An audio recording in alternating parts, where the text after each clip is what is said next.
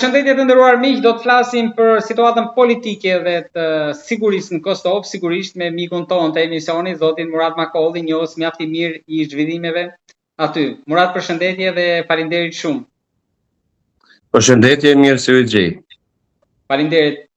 Shumica e komunave do shkojnë në balotazh, përfshirë këtu edhe Prishtinën, kryeqendrën.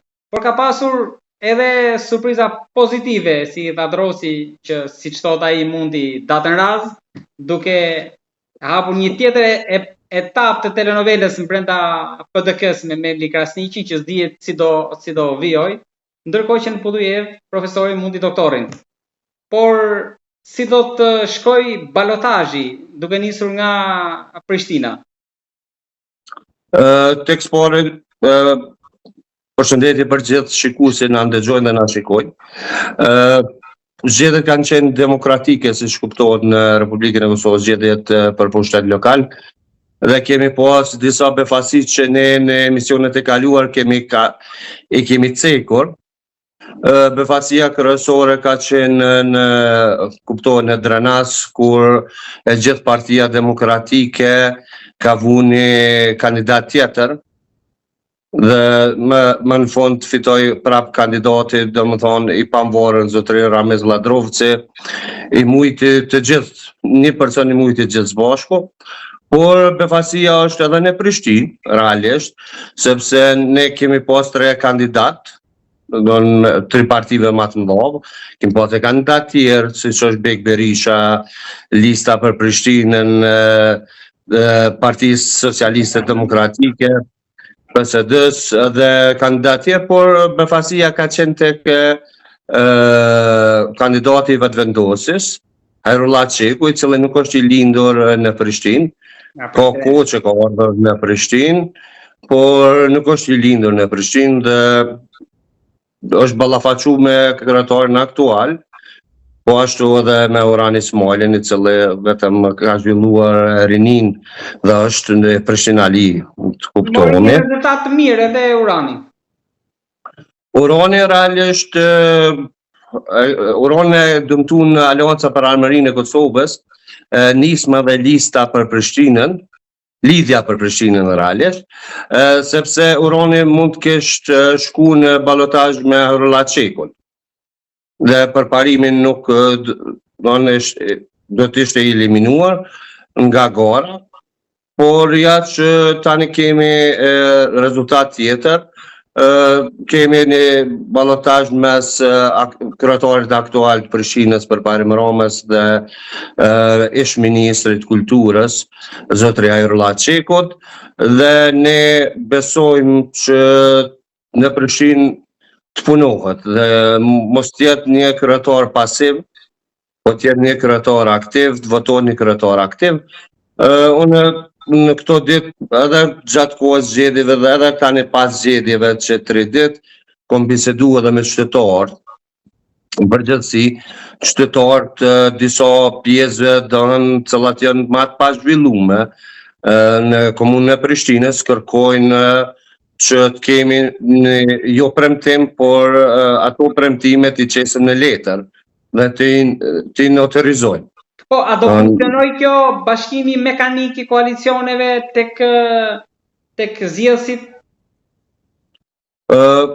Unë mendoj që vetvendosja, partia vetvendosje me krye Hajrullah Çeku në Prishtinë, tani më kandidat i vetvendosjes për kryetar potencial, nuk do të shkojnë koalicion me asnjërin parti tjetër, për shkak se ata kanë, ashtu si është shprehur edhe kandidati për kryetar, kanë koalicion me qytetar.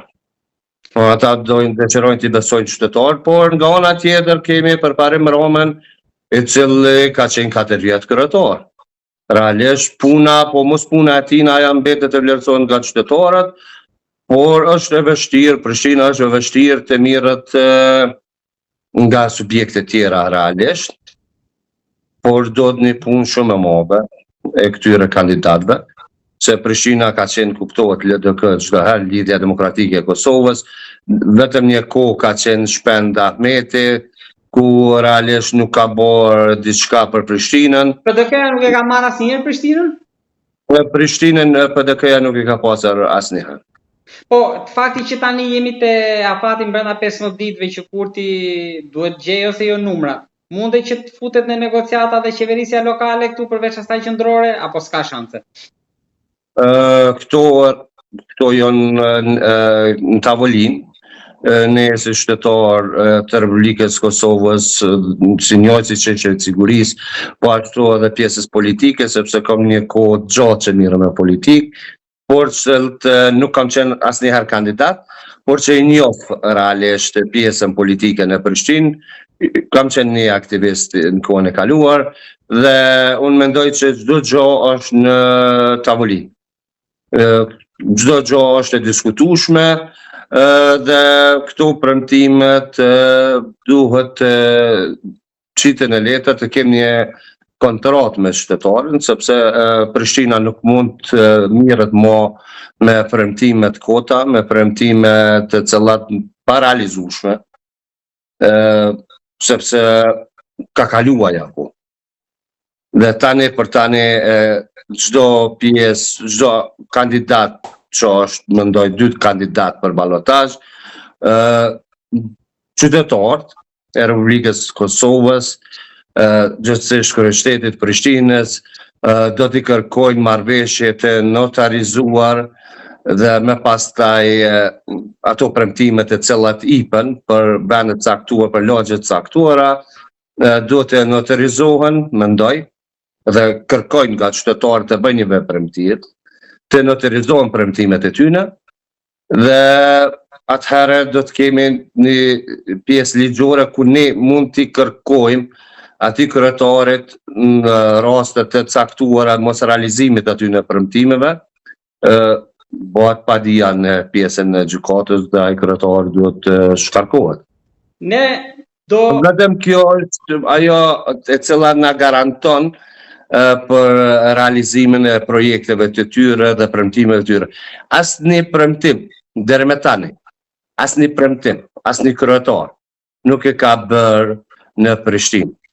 Këto mirë kuptohemi shumë mirë, sepse Prishtina nuk zhvillohet me unoza të mbrëmshme të jashtme, por Prishtina zhvillohet me rrugë nëntoksore, me pjesë të gjelbërta në kryeqytet, në gjitha pjesë, me pjesë domethënë të planit urbanistik rregulativ, me pjesë domethënë të çështjeve pronësore, problemin e çështjeve pronësore, zhvillimin e tyre dhe ligjore dhe përfundimin e tyre, dhe po ashtu kemi edhe në lagje të caktuara, të cilat nuk ka filluar ndërtimi i lartë, që qytetarët me të drejtë kërkojnë në shpronësimin e pronave komunale, cilat janë, realisht bëhet fjalë në pjesë të Prishtinës, dhe ata janë që dikon 50 vite, nuk i ka larguar Jugoslavia, nuk i ka larguar Serbia, dhe nuk mund t'i largon as pushteti lokal i Prishtinës. Këto duhet ta kuptojnë secili, sepse ata në mirë besim e kanë mbajtur atë vend dhe kanë qëndruar aty, kanë paguar tatime të ndryshme, shërbimet komunale dhe në mënyrën ligjore ata janë pronarë të aty në tokave të cilat Kuvendi Komunal mendoj cili do të qoftë kryetar do duhej ta rregullon këtë formë, këtë problematik, dhe me pastaj zhvillohen me projekte të tjera. Prishtina është një barë e madhe për çdo kryetar, por shumë qartë, Prishtinalitë, Prishtinën e dojnë, Prishtinën do ta bojnë, por Prishtina do të bëhet nëpërmes kontratave ligjore, të cilët Prishtinalitë do t'i kërkojnë kandidatëve për kryetar, të notarizohen premtimet të cilat ipen në lagje të caktuara dhe për projektet të tyre. Asnjë vot mendoj që qytetarët e Prishtinës nuk duhej i bojtirje publike, nuk duhej të japin asnjë kandidat në qoftë se nuk kanë premtim të notarizuar për dhe kohën e caktuar të realizimit të projekteve. Asnjë vot, ju lutem qytetarët e Prishtinës, asnjë vot pa asnjë kandidat, sepse në rast që premtohet dhe premtimet jo në ajër dhe nuk kemi parë që nuk realizohen. Ju lutëm çdo premtim të kandidatëve, çdo lagje të bën qëllit e tyre dhe të noterizohet dhe të mirën për bazë vetëm anë ligjore. Premtimet e kota kemi pasur 26 vite. Ju jetoni mes Prishtinës edhe Gjermanisë, e sigurisht që ne do kemi mundësi të flasim prapë për zgjedhjet, për balotazhin, por ndoshta edhe për zgjedhjet e parakohshme. Kështu që më lejoni që të kaloj tek një tjetër çështje, duke qenë se përfitoj nga kjo bisedë për t'ju marrë një mendim edhe për sigurinë. Ne nuk kemi pas mundësi që të flasim pak ditë më parë kur erdhën dronët, sepse ishte fushata, zgjedhjet, ishin përgatitjet, pra dronët nga Turqia. Çfarë mendimi keni për këtë ardhje në këtë moment? Lidhet me një tentakul të mundshme, pra nga rrethanat apo ishte planifikuar? Dronët kamikazë të kanë ardhur, kanë pas për të ardhur në 2026. Qëllimi është i caktuar, e kuptojnë, sepse Kosova rrezikohet nga strukturat serboruse, kuptohet kjo punë dhe duhet ta ndërlidhem me komandantin ose udhëheqjen e KFOR-it, NATO-s realisht në Kosovë. 2 ditë pasi që është bërë komandanti i turk që ka marrë komandën e KFOR-it, 2 ditë në bazë vinë dronët kamikazë. Është një ndërlidhje e mirë, një bashkëpunim i mirë i Ministrisë Ushtarake, Ministrisë FSK realisht, Ministria e Forcës Sigurisë, me pjesë të tjera të forcave të armatosura të Turqisë dhe me kompanitë të caktuara të cilët bojnë prodhimin e dronëve dhe pjesëve tjera të artillerisë dhe raketave. Kosova nuk posedon vetëm dronë kamikazë. Kosova posedon shumë më shumë se që ne qytetarët e Republikës Kosovës shohim. Dhe ne si ekspert shohim. Janë disa gjëra të cilat janë konfidenciale dhe top sekrete, të cilat i din vetëm NATO dhe pjesa tjetër e Ministrisë Forcës Sigurisë, por i dinë edhe ata të cilat trajnohen me ato gjëra. Po me dronët i kemi për mbrojtje apo për sulm? Kush janë skenaret dhe kush është mundësia e tyre? Dronët realisht në rast që Kosova sulmohet, janë edhe për sulm, se mos preventiv është edhe sulmi. Do të kuptohet kjo gjë sepse në rast që ti pret territorin ton, distanca që mund të shkojnë? Urdhëro? Distanca që mund të shkojnë nga Prishtina deri ku? Po, distanca është e komanduar nga komandat, të cilat ka distancë mjaftueshme që të goditen qendrat në rast ndonjë sulme pjesë e Serbisë, qendra kryesore, kemi për shembull në pjesë ushtarake në pjesën e kufirit të Republikës Kosovës, që në anë e Serbisë, punktat ushtarake në njësi të ndryshme, dhe ato mund goditen shumë shpejt, shumë lehtë dhe me një dimenzion shumë të lartë të shkaktimit të rrezikut për forcat të cilat mund ta sulmojnë Republikën e Kosovës. Janë të dronë që kemi parë në mediat botërore që shkatrojnë tanke me një goditje apo nuk Unë besoj se shkatrimin e kanë shumë në mos, por realisht ndodh, artilleria ndodh në pjesën të ndryshme, nuk është vetëm me tanko, po janë në pjesë tjera të cilat neve na interesojnë më shumë, sepse tanko është në një distancë jo shumë të gjatë, ndërsa raketat të cilat mund të hidhen nga Serbia në rast ndonjë sulmi, ato kanë dimenzione tjera dhe dronët realisht përdoren kundër aty në raketave, sepse ta dronë mund t'i shkatrojnë pra raketat?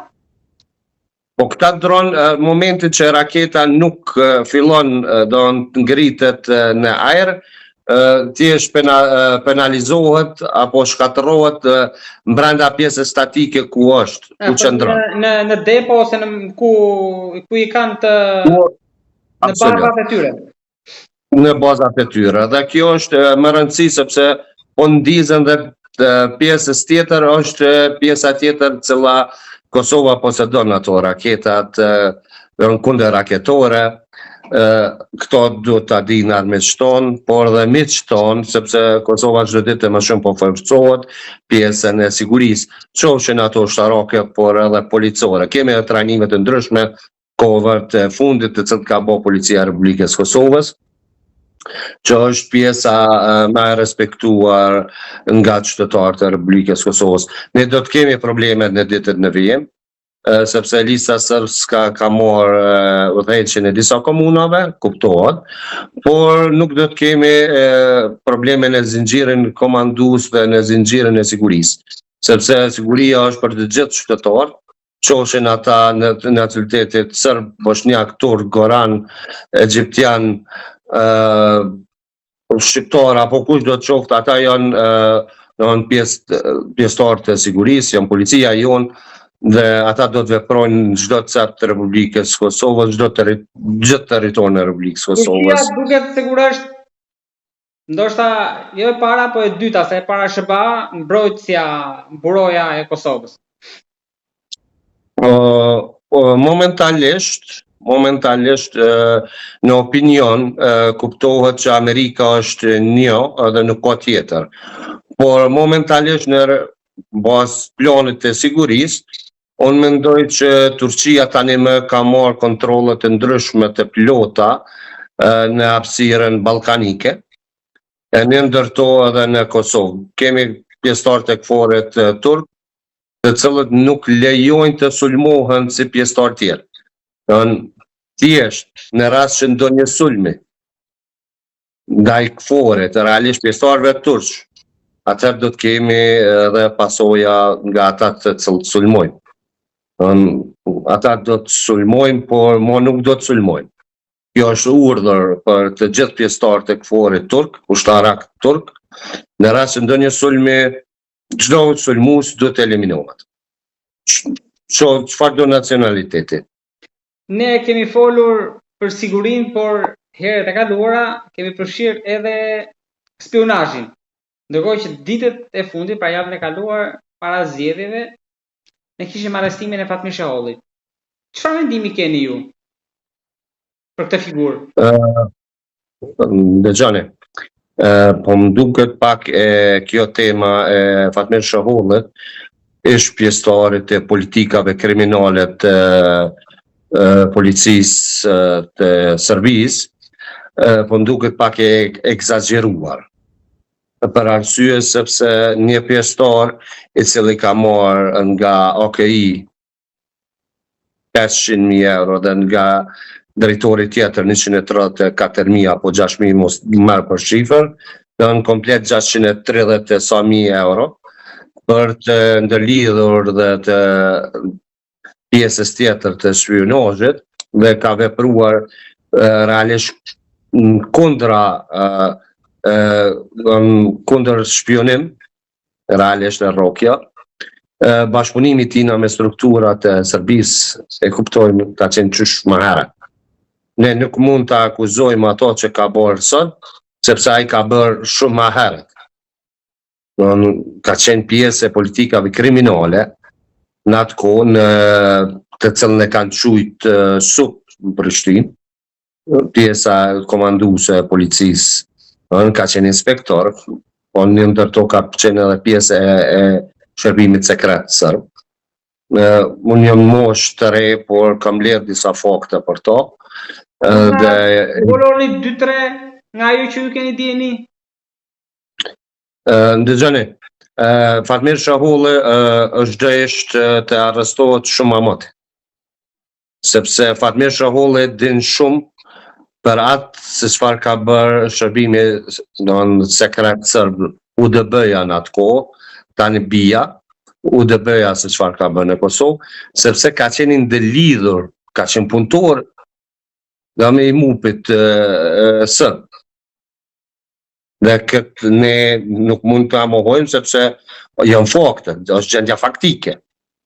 Dhe për këtë, mendoj që ka pasur gabime në strategjinë e sajna, nga ish drejtorët Gashi dhe drejtori tjetër Maxhuni. Për kohën e PDK-s, qeverisjes? Po, absolut. Kontakti tina, hapësira e lejushme e Fatmir Shahollit në territorin e Republikës Kosovës ka qenë mjaftueshme për shërbimin sekret serb. Më tregoni dot 2-3 episode nga ato që ju thatë, keni dieni, pra 2-3 raste konkrete? Ka shumë raste konkrete. Ndoshta ato që ju gjykoni më të rënda. Më të rëndat janë kur ky ka luftuar, ka ditë realisht, ka pas informacione të disa pjesëtarëve të Lidhjes Demokratike të Kosovës që kanë vepruar në kohën e kaluar, sepse kanë qenë pjesë e Lidhjes Demokratike të Kosovës dhe ky është thjesht ka dëshiruar të eliminojë. Çka është kjo më e rëndësishme është që në atë kohë në Lidhjen Demokratike të Kosovës ka punuar edhe njerëz tjerë të UDB-s, realisht, të cilët Ibrahim Rugova i ndjer, presidenti i ndjer, i ka ditur por s'ka mund t'i largoj. Si ka mundsi? Kaq fuqishëm kanë qenë? Kjo është një diçka cilët Ibrahim Rugova ka qenë njeri i vendosur. Unë kam shumë respekt për veprimtarinë tina pasore, se cilën e ka bërë deri në vitin 1997. Po që nga 97 ai ka qenë komplet i blokuar nga shërbimi, siç e thash, i Fatmir Shahollit, njerëzit Fatmir Shahollit kanë qenë disa të tjerë me emër në mbiemër, që mund të prishi për shembull tani më prokurorisë apo AKI-së, se besoj që edhe ata janë në hetim. Ju po thoni që Fatmir Shaholli dhe këta të tjerët në thojza e rrethuan Ibrahim Rugovën. Kanë qenë shumë pjesëtar të cilën ka punuar me UDB-n. Ibrahim Rugova i ka ditur dhe nuk ka mujt të eliminojë për shkak se ka qenë koha e tillë. Këta njerëz, për shembull, është një thonje ku shumë reale, shumë e veçantë, të cilët vetë dëshmitarët, edhe Ermal Panduri më duket e ka thënë në emisionin e tina, por që Ermal Panduri ka ndinë nga dikush tjetër, edhe shumë e qartë është Fatmir Shaholli ka qenë në listën e Zahir Parazit. Zahir Paraziti është pushka e parë e lirisë, komandati i parë i Shtetit të Kosovës, pushka e parë e lirisë. Sepse Zahir Paraziti në gjuhën popullore të theksojnë diçka, thonja tina ka qenë të pastrojmë sofrën tonë njëherë dhe pastaj dalëm dikon tjetër. Dhe ai ka vepruar ashtu me udhbash të ndryshëm në pjesën e Llapit, Prishtinës, Gollokut, ka vepruar duke eliminuar një nga një. Sepse ajo mas pari duhet ta pastrojnë terrenin nga njerëz të cilët rrethohemi dhe me pastaj fillojnë ajo lufta tjetër. Dhe kjo ka ndodhur. Dhe janë eliminuar në inspektorë të ndryshme, Bajgora, me pastaj Maliqi, që është Maliq Shaholli, babaj i Fatmir Shahollit, të cilën Zahir Paraziti ka thonë ja zuni venin të birit të vet, sepse ka qenë listën e Zahirit. Unë në gjof... Ka qenë Fatmiri?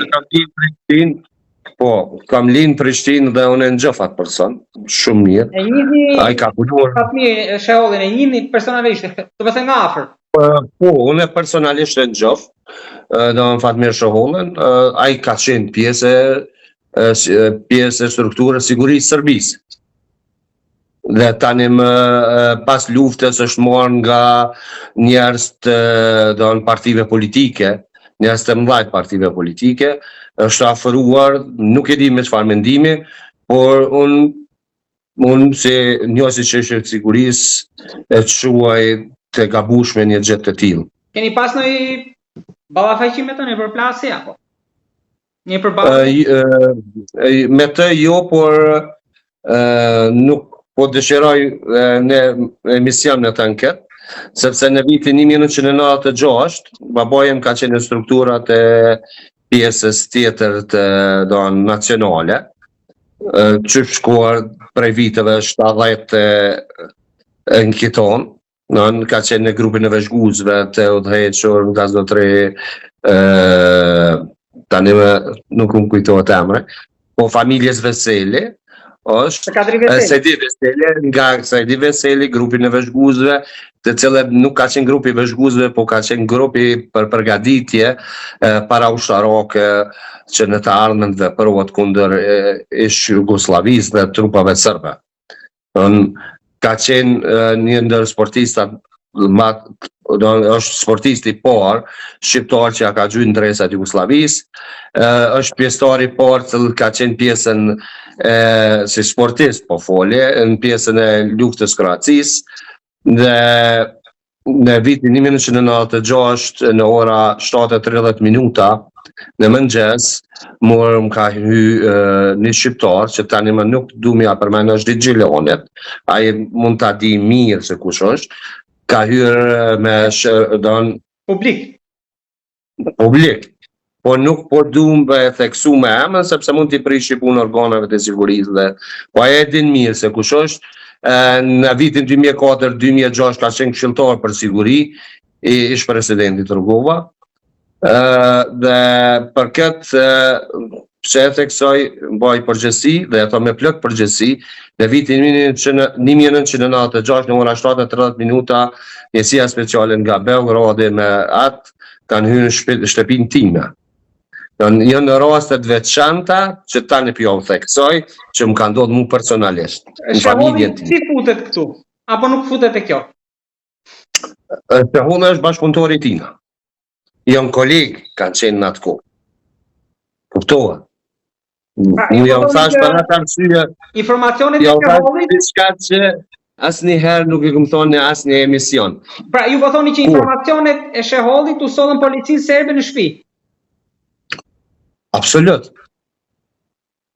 Kjo është një diçka që ata kanë detyruar të arrestojnë babain tim, po babain nuk ka qenë aty. Në 7:30 minuta në mëngjes është bllokuar gjithë lagja këtu, për rruga ku jetojnë. Ju atë skenë? Po unë e kam parë se kam qenë moshë të re, edhe më kujtohet ka qenë edhe vllai im i vogël, ka qenë Lulak, që i thonë të nadhe në Beshik, i vendosur, edhe kem qenë posa i nazgjusit mi mu përgatit me shku në shkollë, realisht kanë hyrë nga drejtarët, nga dyrt, nga gjitha anët njësia speciale e policisë nga Beogradi, jo të Hajvalis, dhe cilën ka qenë në Prishtinës në Hajvali qendra, por nga Beogradi në ordnes të asaj kohë të Slobodan Miloševićit. Bashkëpunimi tani mund ta kuptoni se ku ka qenë formula dhe ku është sot formula. Formula është shumë më e madhe se ato që e shohim na. OKI ka vepruar drejt, prokuroria tani më ka vepruar drejt, por jo vetëm kë, ju lutem, jo vetëm kë. Ka dhe tjerë. Po tjerë, ka shumë tjerë. Unë mendoj që është gabim t'i lejojmë ata të ndinë rahatin në shtetin e Republikës Kosovës. Do shta mas këti rasti janë trembur, nuk ka qetësi në Prishtinë. Po jo në Prishtinë, ki në Gjilan, ki në Gjakov, ki në Prizren, ki në Ferizaj, e shumë vende tjera, të cilat kanë vepruar dhe veprojnë, ka njerëz, OKI i din, policia i din, por çfarë na duhet? Ne duhet t'i kufizojmë veprimtaritë e tyre, sepse një njeri që ka punuar në shërbimin sekret serb, në kohën e kaluar, në kohën e tashme, ai do të punoj prapë, dhe edhe në tanë. Dhe do të na shkaktoj domin në zinxhirin komandues sigurisë, në zinxhirin e veprimeve tona për sigurinë tonë, për sigurinë e qytetarëve të Republikës Kosovë. Realisht këta njerëz duhet të arrestohen, të dënohen për veprimtaritë e tyre anti-shqiptare dhe antinacionaliste dhe që kanë thjesht veprimtaritë e tyre të gjatë kohës luftës edhe kemi pasoja dhe qytetarë kanë pasoja në vdekje prurëse. Rrajet e këtyne njerëzve, me urdhër të këtyne njerëzve, që i ka bo policia në burgjet e Republikës Serbisë në atë kohë, tani të Kosovës, në atë kohë që i ka bo me urnesa aty në njerës kanë pas edhe pasoja të vdekje prurëse. Dhe në thjesht janë këto gjëra dhe nuk kem shka me biseduar me gjatë, por problematika që ndronë tek politika. Ata të cilët ka bashkëpunu me UDB-n në kohën e kaluar, edhe në qeverisjet e kaluar i na afru ofër. Nuk e di me çfarë qëllimi, por menimi jam është i gabueshëm ka qenë veprimi i tyne. Çdo kryeminist, çdo kryetar partive. Një utbash, një njeri që ka punu në strukturat ish Jugosllavë, Serbisë, edhe ka luftu edhe kundër popullatës civile dhe ushtrisë shqiptare të Kosovës, çfarë don me afru te atë njeri? Të lutem, Po don të gjytesh vetë në ato struktura, apo ku është qëllimi, apo është qëllimi financiar. Që do t'i kushtoj se cilët nga ata, do t'i kushtoj shumë këtyre politikarëve tonë, se të kanë vepru bashkërisht me tokë. Në një kohë jo shumë të largët, do t'i kemi shumë emra tjerë. Shumë emra tjerë që do dalin publik. Tani ka filluar kaseta, zhvilluar në një pjesën tjetër. Është zhvilluar në pjesën tjetër të kaseta është hapur, por do ketë vetëm nga politika apo edhe nga media?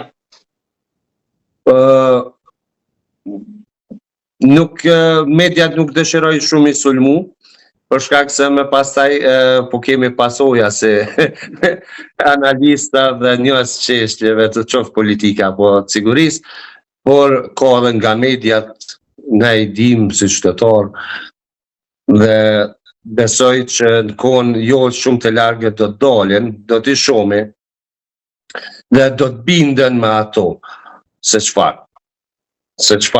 Kjo është vetëm fillimi. Unë i kom parë disa media që kanë thonë që Fatmir Shaholli ka pas disa një hap Milajm Zekës, disa ingjizime, sene, po nuk është vetëm ato, ju lutëm. Nuk është vetëm ajo, bra. Nuk është vetëm ajo. Ne e dim kush është ai. Ne e dim kush janë ata. Po pse Milajm Zeka?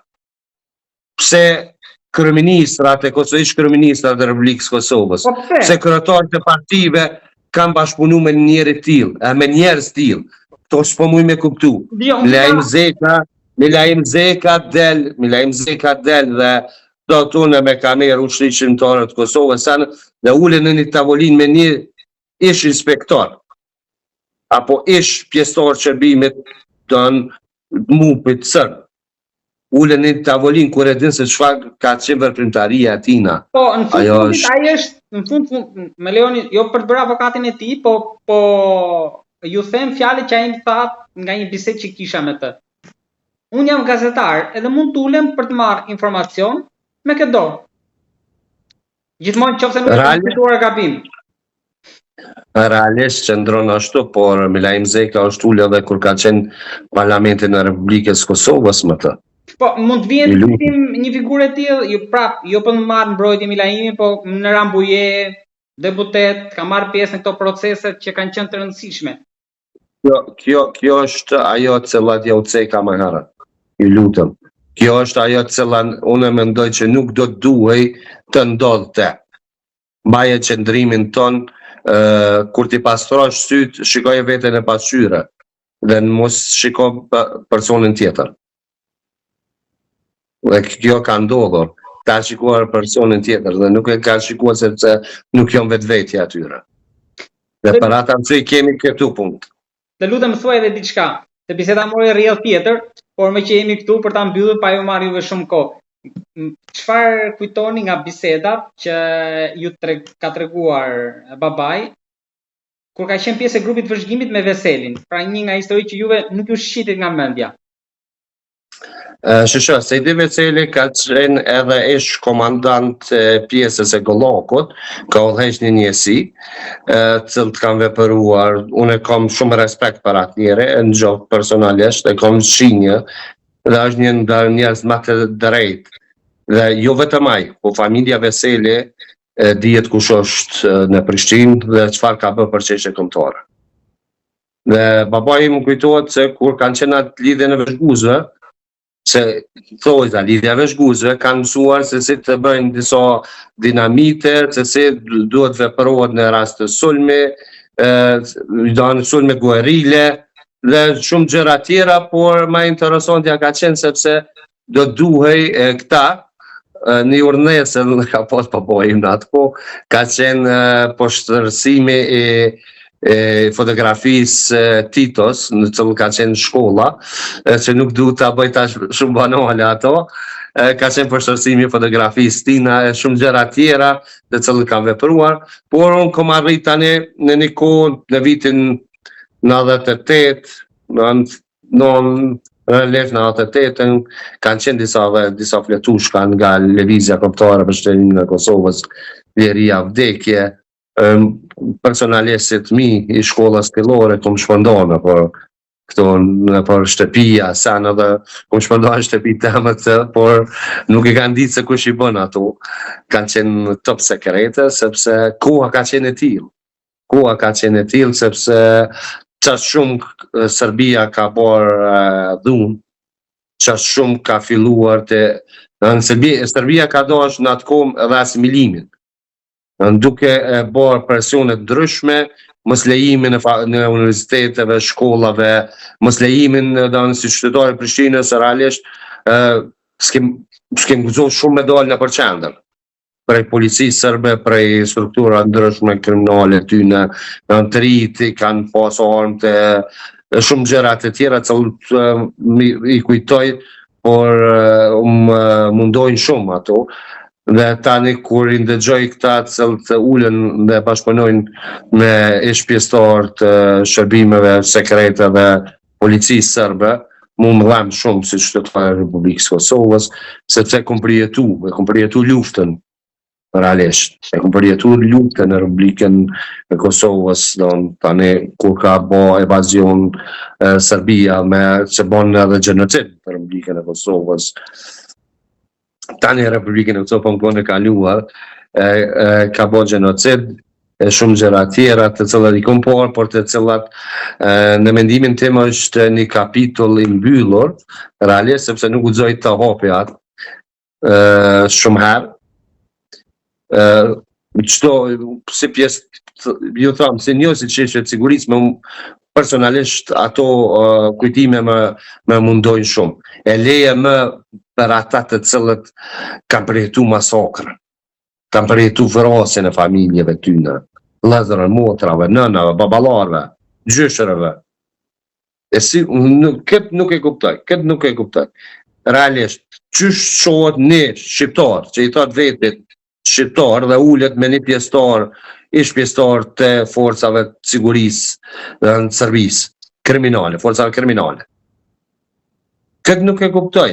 Ne do t'i krijojmë aparatin ton të AKI-s, ne do t'i krijojmë shumë gjëra tjera, por jo me njerëz tillë. Sepse njerëz të tillë na dërgojnë në një mision tjetër, jo në mision që dëshirojnë ne. Dhe kjo, sinqerisht, ju thom, më brengos shumë, jashtë mosës qytetar e Republikës Kosovës, e le mos e njësi që e sigurisë, ju cekja njëherë, si qytetar e Republikës Kosovës, më brengosën shumë, sepse po shkelin mbi gjakun e dëshmorëve, mbi ato varreza, po shkelin mbi gjakun e martirëve, mbi gjakun e fëmijëve, e motrave, nënave tona të dënuara.